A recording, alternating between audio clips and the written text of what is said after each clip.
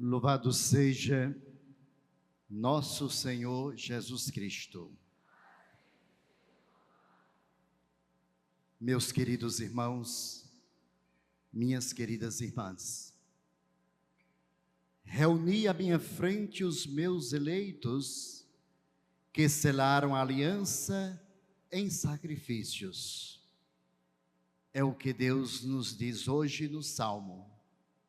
Reuni à minha frente os meus eleitos que selaram a aliança em sacrifícios. Sabe por quê? Porque eleita como a grande aliança de Deus desde o princípio foi a família, parte da descendência de Abraão e exemplo mais fecundo na vida de Nazaré. E parte dessa família eleita, como parte da aliança, se encontra hoje aqui, neste espaço. Bem-vindos ao retiro da família e ao retiro da esperança. Meus amados, a expressão da palavra e liturgia de hoje é sacrifício. O que entender por essa expressão sacrifício?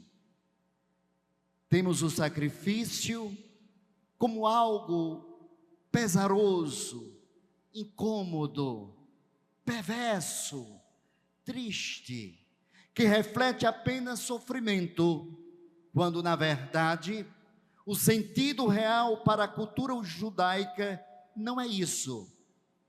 Sacrifício, meus irmãos, meus queridos filhos e filhas, é uma refeição de festa, é um oferecimento de mais alto grau de si. Por isso, se fazia um sacrifício ao Senhor. E não para por aqui. No hebraico, língua falada na Terra Santa, a palavra sacrifício significa aproximar-se, estar perto, junto de. É como dizer que o sacrifício é aproximar-se do banquete ou da refeição de festa. Que coisa mais bela, meus irmãos, que coisa mais bela. Desse modo, hoje, sobretudo, fomos convidados para nos aproximar do banquete de festa, do verdadeiro sacrifício que não só agrada a Deus, mas me faz estar junto dele a comer. Estamos celebrando o santo sacrifício da missa. Daqui a pouco, vamos receber Jesus Eucarístico. A primeira leitura nos relembra que aquele que cumpre o preceito oferece um sacrifício salutar. Uma vez que se vê o cumprimento da lei como culto a Deus, podemos dizer que predomina, e é o caso da primeira leitura, o espírito do culto, quando diz: aquele que observa a lei faz numerosas oferendas, oferecendo sacrifício salutar, o que guarda os preceitos. Nos versículos seguintes, o autor sagrado documenta um profundo conhecimento dos diferentes atos de culto com que se honrava a Deus.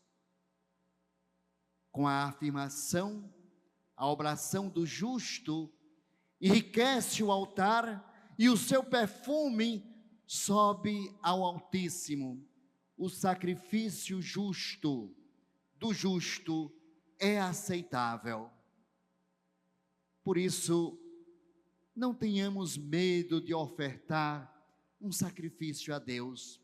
Pelo contrário, coloquemos esperança no sacrifício, porque todo aquele que se aproxima da refeição que é o Senhor, procede retamente e se faz um com Ele.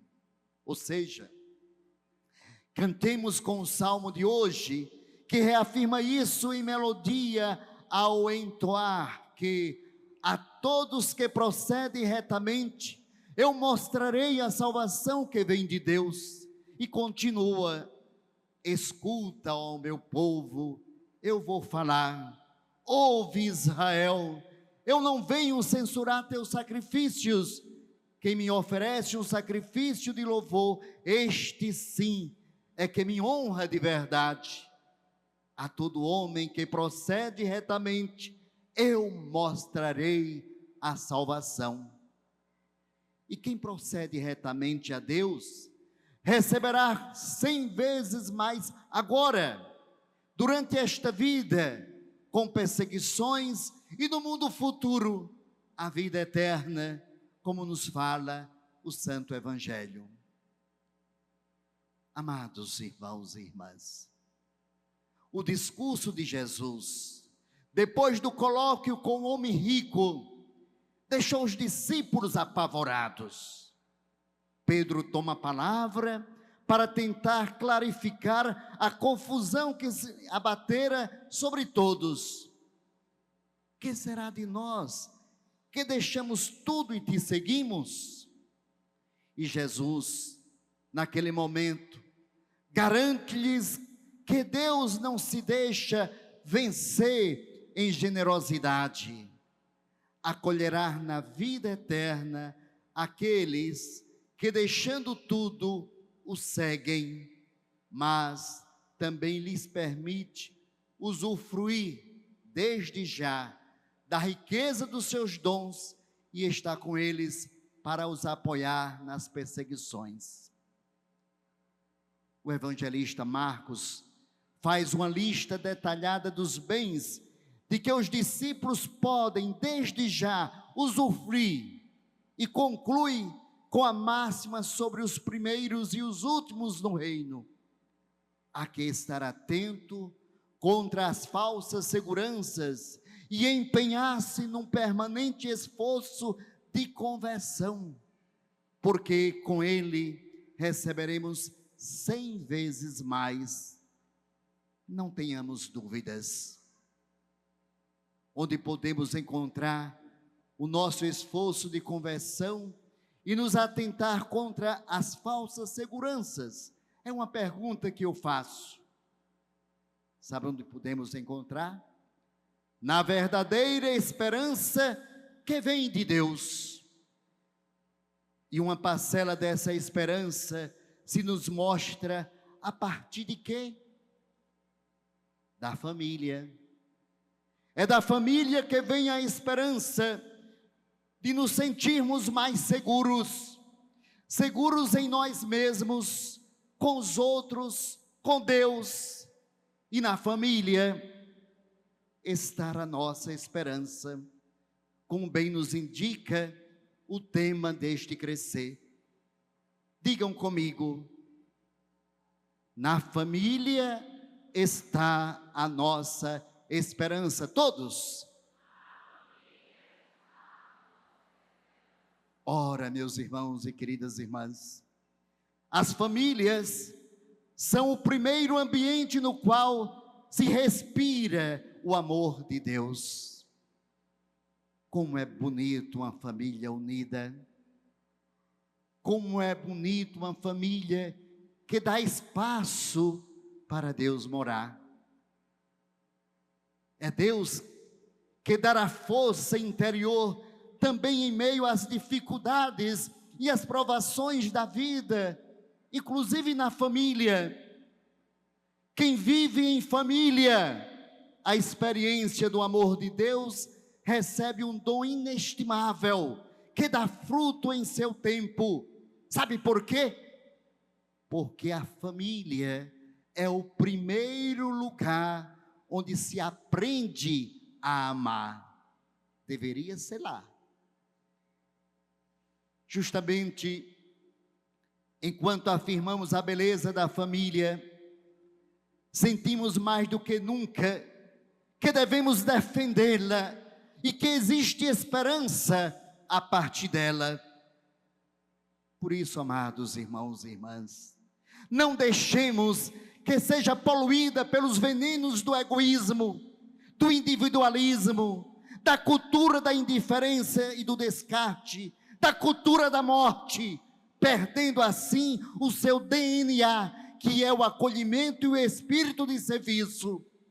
A família é como chama que se acende para sentir o calor de Deus. Repete comigo: a família é como chama que se acende para sentir o calor de quem? De Deus. Devemos manter acesa a chama da esperança que nos foi dada a fazer todo o possível para que cada um recupere a força e a certeza de olhar para o futuro com o espírito aberto, coração confiante e mente clarividente. O próximo jubileu poderá favorecer imenso a recomposição de um clima de esperança e confiança, como sinal de um renovado renascimento do qual todos sentimos a urgência. E como peregrinos de esperança, que é o tema deste ano santo e jubilar da esperança, convocado pelo nosso querido Papa Francisco, o qual rezamos por ele, possamos ser a família dos peregrinos que proclamam a esperança. Afinal, só podemos falar daquilo que conhecemos e vivemos. Se acreditamos na esperança, poderemos falar dela. Se temos a esperança, seremos disseminadores dela. Na fala da abertura do jubileu, o Santo Padre, o Papa Francisco, nos disse que a esperança não está morta, a esperança está viva e envolve a nossa vida para sempre. A esperança não tolera a indolência dos sedentários, a esperança não tolera a preguiça dos que se acomodaram no seu próprio conforto. A esperança não admite a falsa prudência dos que não se arriscam por medo e calculismo dos que se pensam em si próprios. A esperança é incompatível com a vida tranquila dos que não levantam a voz contra o mal e contra as injustiças.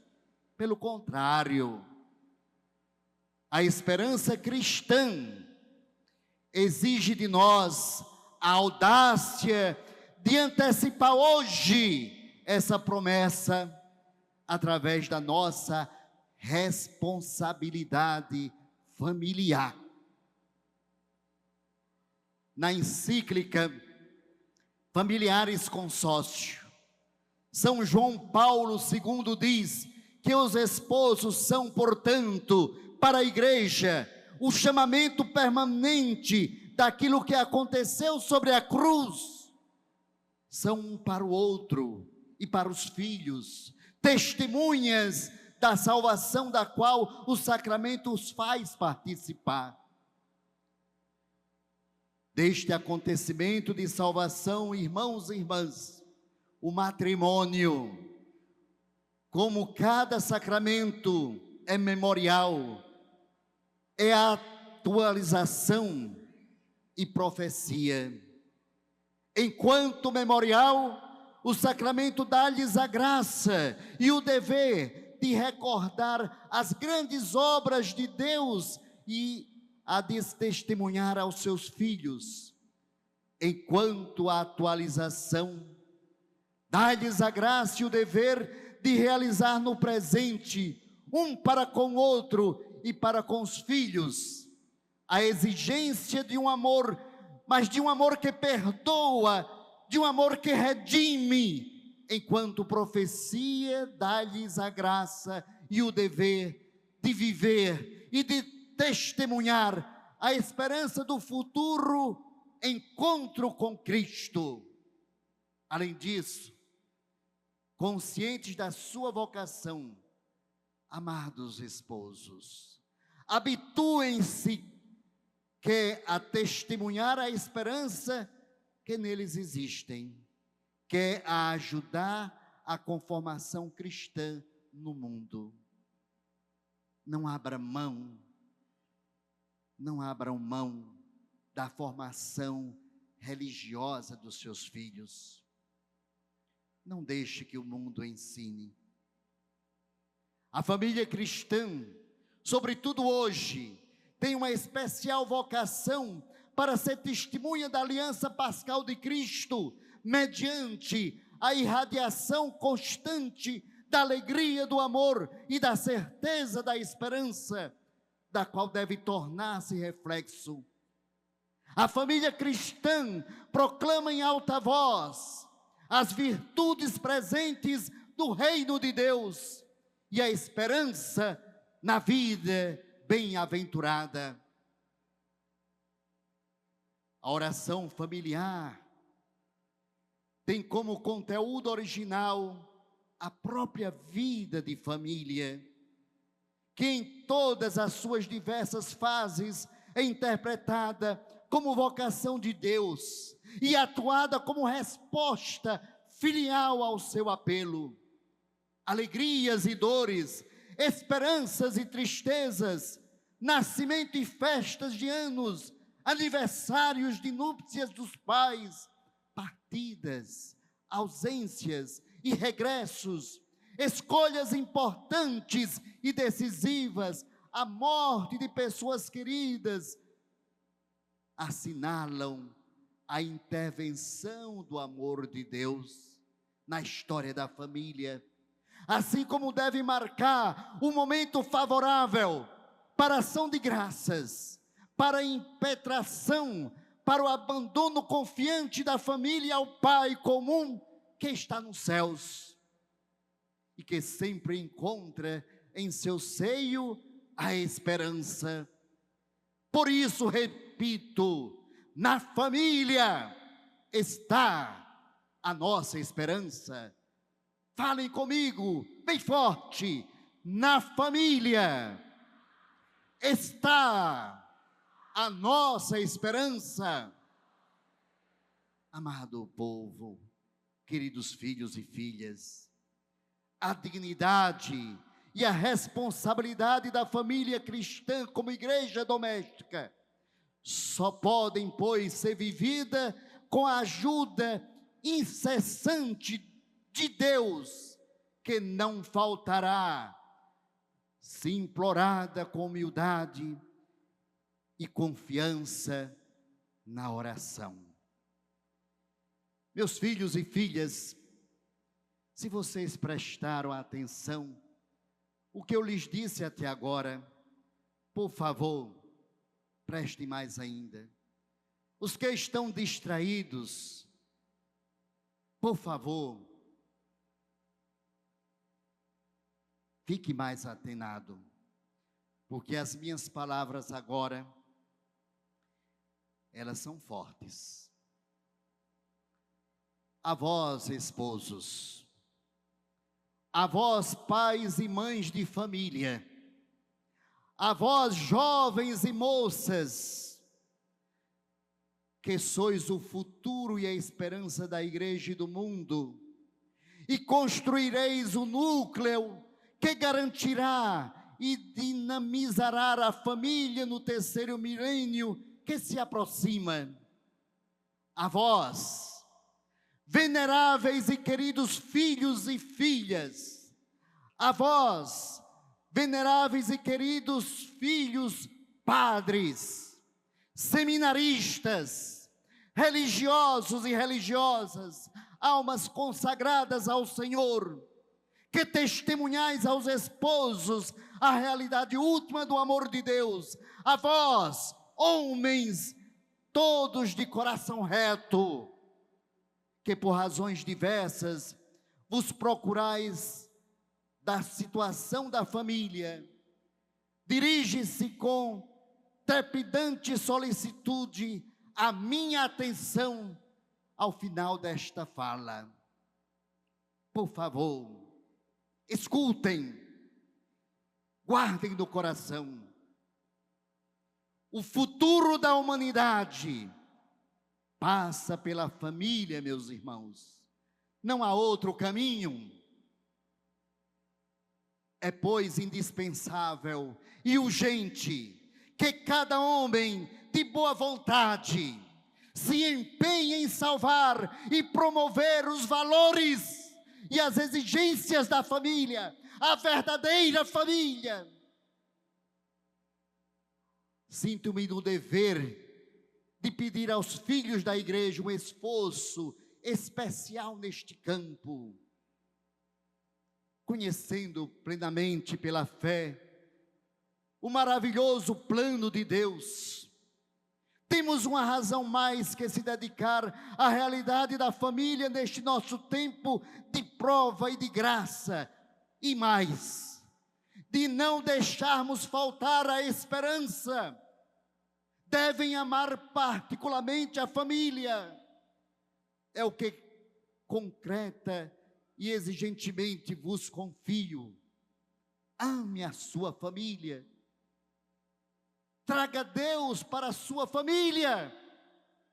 Despertem. Acordem.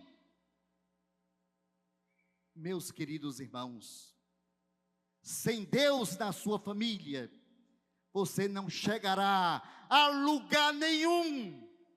E os filhos das trevas estão aí fora, doidos, terrivelmente doidos, para destruir a sua família. A Jesus, a Maria e a José, eu confio nesta noite cada família, e no coração de cada um presente aqui, ponham uma exortação, sejam eles a transmiti-la a vós, veneráveis e diletos filhos e filhas, e a abrir os vossos corações à luz que o Evangelho irradia sobre cada família, para podermos repetir, como nosso querido Padre Zezinho nos disse, que a família comece e termine sabendo onde vai. Se pergunte, meus irmãos, para onde está indo a minha família? Qual o caminho que a minha família está tomando? E por fim, encaremos, a partir de hoje, a família como verdadeiro sacrifício de oferenda a Deus, visto que o sacrifício é a aproximação do banquete de festa. Sejamos sacrifício agradável a Deus, sem reservas. E termino a todos e a cada um, assegurando a minha constante prece, concedo de coração, como pastor dessa igreja de Cristo, a minha bênção, a minha palavra, de que na família está realmente a nossa esperança. Eu quero terminar ouvindo, fiquem de pé, todos, e vão dizer comigo, na família, está fraco. Está fraco você também que repetiu. Vamos lá. Na família. Na família. Está realmente a nossa esperança. A nossa esperança. Em Deus. Em Deus. Uma salva de palmas. Viva nosso Senhor Jesus Cristo. Viva Maria Santíssima. Viva. Viva São José. Viva.